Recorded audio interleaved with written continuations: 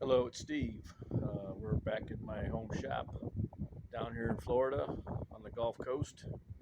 And I got my car in here. It's a 2006 Hyundai Elantra. I just rebuilt the front end, put in some lower control arms right here. Um, and As you can see, I put some new links on too. Everything's greasable. They're Movotech brand. They're not Moog except for the links. Those are Moogs. And Same thing on this side here on the driver's side. You can see I got grease zerks on these things. They came with grease zerks. And What happened is the bushings dry rotted on this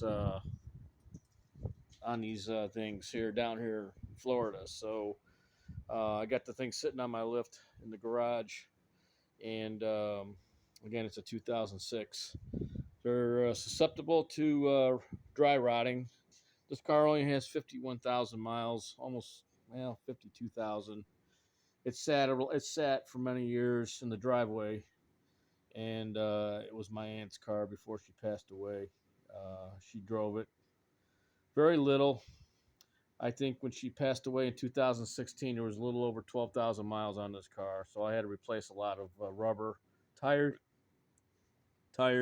belts, hoses, and things of that sort.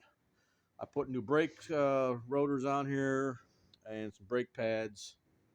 And The next thing I'm going to do is the tie rod ends before I do the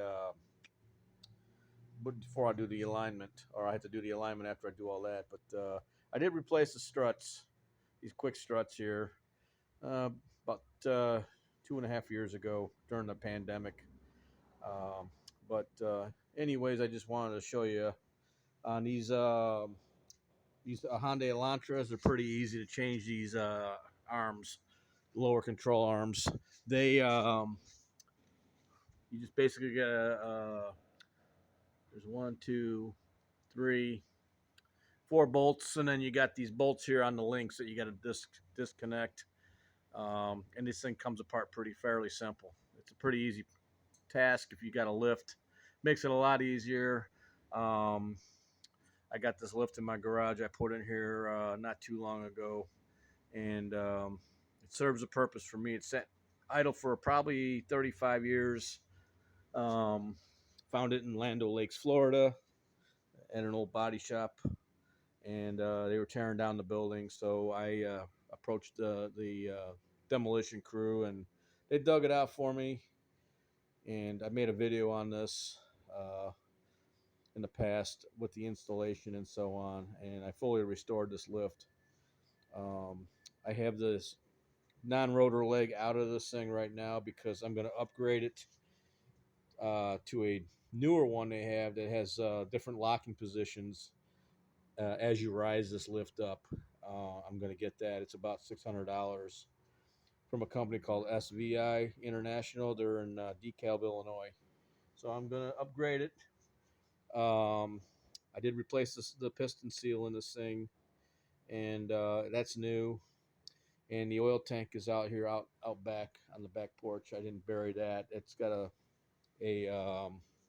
oil valve here, and that's right here that controls the oil flow from the oil tank to the piston of this lift. And then this is the air control valve here.